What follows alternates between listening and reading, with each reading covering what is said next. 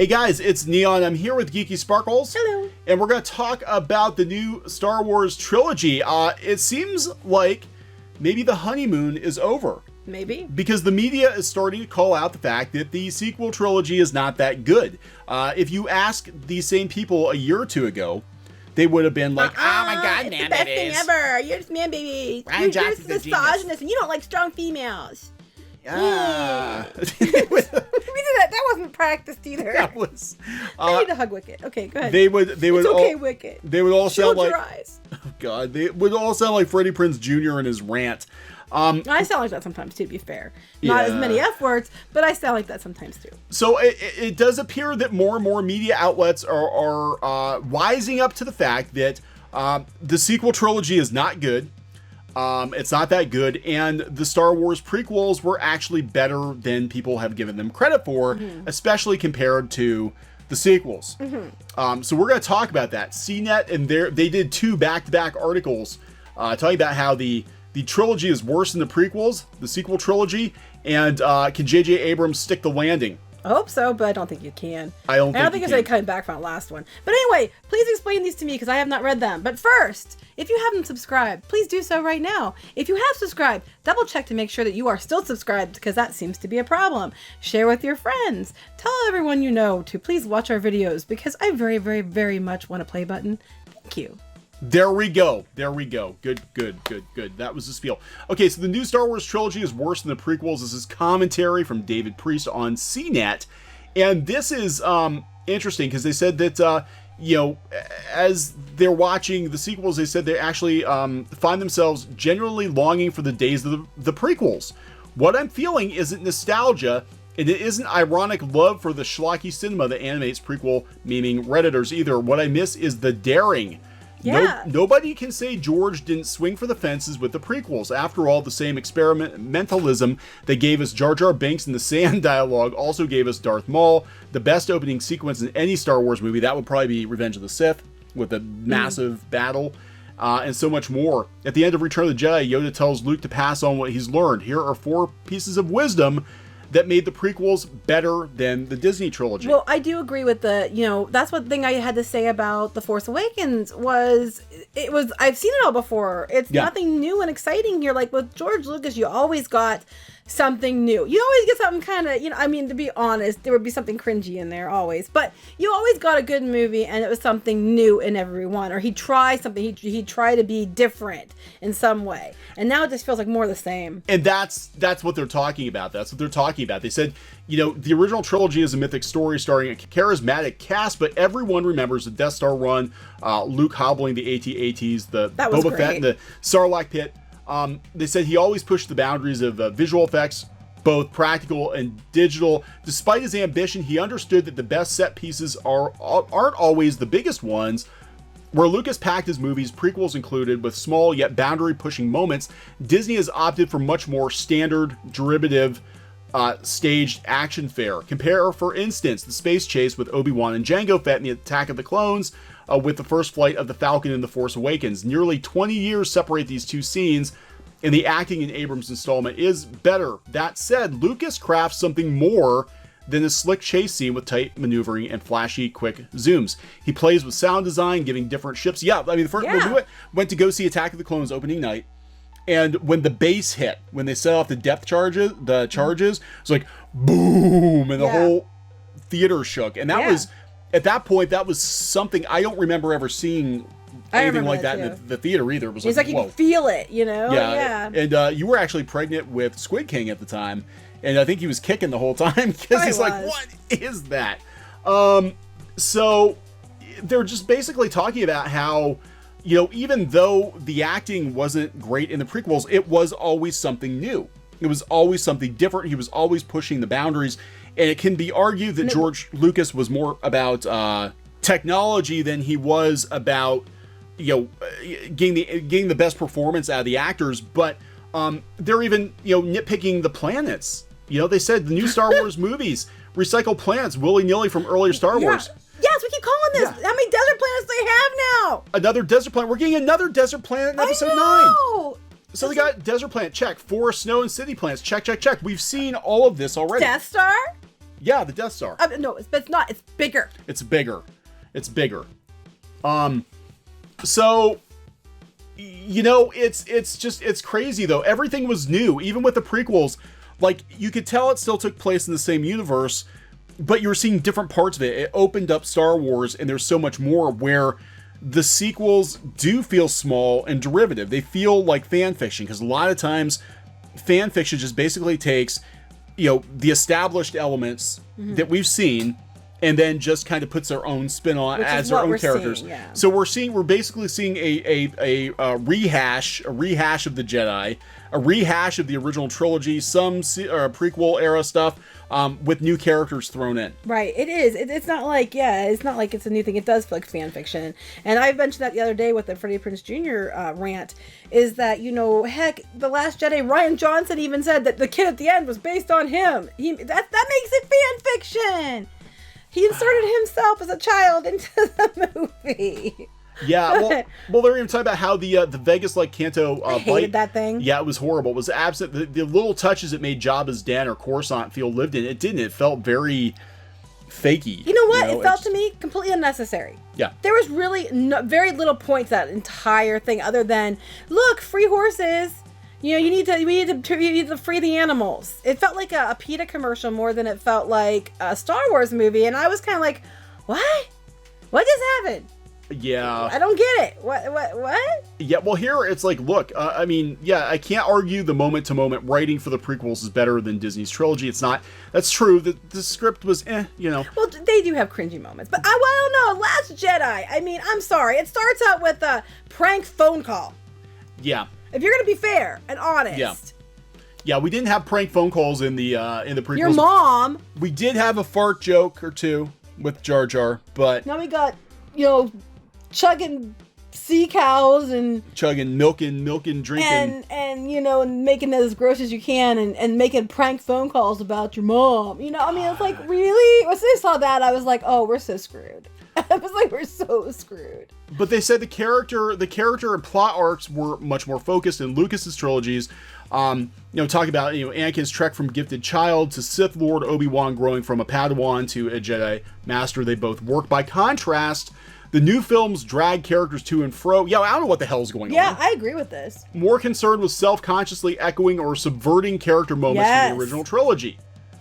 Like, yeah, I can't even tell you what the story arcs are for these characters. Like, we thought Finn had a story arc in the first movie. He goes from being a cowardly stormtrooper to somebody who's going to actually pick up a lightsaber and fight Kylo Ren. Right, he did. I mean, it was awesome. I really liked Finn. And then they revert him to a coward again for the next movie. That doesn't make any sense. You know, he's a buffoon and a coward, and any hero moment he could have had was taken by Rose. And it was for no reason other than to elevate these new characters to elevate Rian Johnson's personal characters. Yeah, it's crazy. I mean, this article is fantastic. I mean, this is a very good breakdown of why the sequels basically suck. And I think when The Rise of Skywalker lands, my gut feeling is there's going to be since it is the end of the Skywalker saga again, again, I think there's going to be a tremendous amount of disappointment, probably because of how do you end that when it really didn't need to start up again anyway. It was already ended, yeah. And as far as I'm concerned, like, look, you know, going back to that rant by Freddie Prinze Jr., this trilogy does not have George Lucas's blessing. They own the Star Wars name, but this is not the Star Wars story he wanted for 7, 8, 9. That's what, I think he thought they were going to use what he wanted to use, and then they didn't do that. And they're like, well, we didn't actually tell him that. Fingers crossed. Somehow he felt betrayed. I don't understand why George would feel betrayed and call us white slavers. Mm-hmm, yeah. I just don't understand. And he's right, because he's probably looking at this like, I gave you guys, like, okay, fine, get a better screenwriter than me, get a better director than me, but I gave you guys the story. This is where my characters I created, this is where they go. And you took it and you threw it in the garbage can. Well, they threw away 20 years of expanded universe that, too, because they didn't want to use it. The Zahn trilogy would have been better than this. God, I wish they would have done the Zahn trilogy. I mean, I love the things. Zahn trilogy. Go ahead. So many things they could have done better, and instead they go back to... Well, they would ruin Mara Jade somehow. Oh, I'm sure. They would ruin Mara Jade. They're talking she might show up at some point. But yeah, it's just it's weak sauce. It's weak sauce. You know, and they said that they're basically Disney and Abrams seem to fear sullying a beloved franchise with precisely what made it beloved in the first place: experimentation and boundary testing. I agree with this. This is what I've been saying since I saw The Force Awakens. I came out of it and I was like, oh my god, it's the same things all over again. It was a movie done by committee, and it was obvious. And then they're like, look, we gave you some new stuff, but then you completely ruined everything from the first movie that you set up to give us quote unquote new stuff, and it was done, and basically the new stuff was all a PETA ad and a PSA on how women are better than men. He gets to that. This is brilliant because people are like, okay. And I'm a woman saying this. Well, they're saying because, you know, The Force Awakens was basically A New Hope all over again. It was, which I said right away. Then other people were like, oh, well, The Last Jedi was something different. And you man babies all complained about that. This is funny because these are one of the things I mentioned as soon as I saw these movies. All right, so let's read this paragraph. Rian Johnson's The Last Jedi, which fans largely crucified for tearing down Star Wars conventions, missed the point. Johnson fought to subvert Star Wars lore, not to make a particularly innovative movie. So many scenes felt fuller of winking references than crucial plot or character moments. His dialogue leaned more toward Joss Whedon's Marvel humor than Star Wars tension building. It was really cringy in places. Did a $250 million production just begin with a 3-minute lead up to a Your Mama joke? Yes! I'm vindicated! Woo! Sorry, I'm very happy. It's not just me. Okay. His plot revelations felt more like manipulative twists achieved by withholding information from the audience and characters than opportunities for character. Yes. There was no character development. No, none. you end is exactly where you started, and the fact that Luke's dead now. Yeah, that was it. That movie existed to turn Luke into a waste of space. It existed for two reasons. One, to get rid of Luke, which he claims that he was a big fan of Luke, clearly not. And two, to set up these OC characters that he wanted to insert by belittling other characters and making them suddenly be jerks for no reason, just so they can input these new characters in. And they could have still inputted the new characters in without doing that. Poe's ill-advised mutiny kills an untold number of innocents. That makes no sense that he would do it. No, but his decision stemmed from Admiral Holdo's inexplicable opacity. Was the lesson really to blindly submit to chain of command? So in a way, Johnson's Disney entry was a little more ambitious than Abrams, but neither tried to swing for a home run in the way Lucas did with all of his movies. The Force Awakens is a ground ball, then The Last Jedi is a bunt. A little cheekier, sure, but still aimed squarely at well-trod dirt. Disney's cautiousness has led to good but never great Star Wars movies, and that's why and that's why I'll always take bad dialogue and incredible moments of the prequels over a Star Wars trilogy that has neither. It doesn't feel like, I mean, that's Take a moment. Yeah, this is amazing. I'm going to link to this. You have to read this. We don't have time to go through the whole thing. That's a really good summary of it. And this is coming from a major media outlet. It's coming from CNET. And that was my biggest thing when, even watching The Force Awakens was I'm like, this does not feel like something George Lucas would have made. This feels like fan fiction. This feels like it feels like we've already seen this. And then again, with The Last Jedi, it's like the whole purpose now is just to laugh at Star Wars, not to actually, take it in a legitimately new direction. I wonder if these people get in there and they're like, because it's such a big thing, if they almost choke. You know what I mean? Like, I'm trying so hard to be better for something I can't really improve upon. Yeah. So trying so hard to be better, you actually make mistakes and you choke. Or if you just tried to just keep the feel and understand Star Wars and move with it, it might not have been so bad. Or you just take the outlines for 7, 8, and 9 that George Lucas gave you, gave them to you, and you work with George Lucas. And you do 3 good movies. They could have done that, but instead, they told George Lucas to go F himself. Well, this new one's probably going to be... they're going to try to make it work with the last one. It's going to be a mess. It's not going to work. I don't think there's any way to fix this. Just thinking of going to see this. I know we are going to see it because we have to. It's our job. But just thinking about it, I actually get that pit in my stomach. Like, I really don't want to do this. Like, I don't think... I've got a bad feeling about this. Well, it's not really a bad thing. It's like, I'd rather have my teeth drilled. And I'm going to have to go because it's my job. But I don't know if I could sit through it. Well, right after this magnificent article on CNET, which I will put a link to. Good job, David. Props to you, David Priest. You nailed it. And I've been saying for years, like, Geeky and I fight over the prequels sometimes. I actually like the prequels. I like them. I don't love them, but I definitely don't hate them. But I can say I went to the theater to go see Phantom Menace 3 times in the theater. I saw it once. We own all of those movies on DVD. I've watched them multiple times. I love Revenge of the Sith. It's actually, he does. He mentions it often. I love Revenge of the Sith. It's actually my 3rd favorite Star Wars movie behind New Hope and Empire. You know, and I will completely admit that the acting is pretty terrible. I know you're holding Wicket. She's holding her plush Wicket. Well, Return of the Jedi is number 4. It's number 4, but I put Revenge of the Sith above Return of the Jedi. I just like Revenge of the Sith. Yep. Yeah, I know. Anyway, but there were some damn good moments, and I think my thing with the prequels was, overall, it was a really good story. It just that, you know, I think George was too focused on the effects and pushing the technology. He really needed somebody to come in and help him with the dialogue and help him with the acting. The dialogue was a little iffy here and there, but it was an overall good story. If Lawrence Kasdan had come in and helped him script those 3 movies, and Steven Spielberg was allowed to help more, he wanted to direct them, and I think he ghost directed a couple of scenes I've heard, and Spielberg was brought in to maybe work with the actors or something, but then, you know, what they have to work with, they're on a green screen most of the time. Yeah. You know? They would have been magnificent. We'd be looking at a totally different take on them. But now, in retrospect, it's like, well, maybe they weren't the greatest, but they were better than what we've got because we saw a whole bunch of new stuff. Well, I think Disney could be argued about that too. Like if they had worried more about trying to continue to make Star Wars, and not trying to make it, to wash it down, to make it every checkbox, every whatever they want to do, and actually tried to be innovative in the vein of Star Wars, and you know, they would have been better movies. Yeah, and I don't think they can do it because I think Rogue One was good. Rogue One was good. I mean, it was a nice story to fill in the blanks, but there wasn't the pressure on Rogue One that there was on an actual episode, you know? Well, I think they did a good job with Rogue One. They brought in some new characters that were good characters, and they were character first, story first. And I think they did a better job with that. And they weren't trying to push agendas like for, you know, women and all that. And I'm a woman. It was more about, I mean, she happened to be a female character, but it wasn't about her being a female character. No, it had nothing to do with that. It was just like they followed her anyway because she was right, not because she had to somehow lower them to make herself right. And it was good.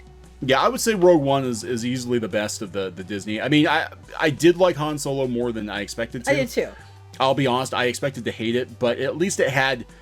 I mean, it was a mess in places, but you know, they did have Ron Howard working on it. He does get Lucas. He did direct Willow. He does understand how that George Lucas feeling, you know. And the sequel trilogy just doesn't have that. Mm-hmm. There's nothing there. And you know, this does not need to exist. The sequel trilogy does not need to exist. As far as I'm concerned, it is fan fiction because we've already got it. This is not what George Lucas wanted. This is not what he wanted, and it doesn't matter if Disney owns Star Wars or not. As far as I'm concerned, this isn't George's story. It's not legit Star Wars. So take it or leave it. But I think Star Wars is, you know, a lot like these other IPs that Disney buys, like the Muppets, where, you know, unless you have the person who actually created the thing running it, you can't just like go buy, you know, it's like adopting somebody else's kid or something, you know. It's like it's hard to... I think Disney thinks because they're Disney, if they buy something, they're automatically going to make it better or make it a hit because they're Disney, and that is not always the case. And sometimes it works, and sometimes it doesn't. With Muppets and Star Wars, and I think it's because we're Disney and we're going to put Disney's name on it. It's going to be a hit, like Galaxy's Edge. Look how that turned out. Yeah. You know, you have to understand the fans. You have to understand the property. You have to understand the person that created it to continue it and be true to what it is. Yeah, and so what we're getting right now is just a really bad copy of better movies. I like Pete the Thief. Yeah, pretty much. It's a bad clone. So it's Attack of the Clone movies. Right. So we're gonna wrap this one up. Yeah, okay. I have work to do. Yeah, I'm gonna put links to these articles in the description. Definitely read this one. It's very, very good. And we're going to wrap this up. Please subscribe. We'll talk to you guys later. Bye. Bye. Yeah. Hey guys, thanks for watching Clownfish TV. Please consider supporting the channel. Go to clownfishsupport.com. That's clownfishsupport.com. And if you want to join our community, go to clownfishtalk.com. That's clownfishtalk.com. Please subscribe. ring the bell for notifications. We will talk to you next time.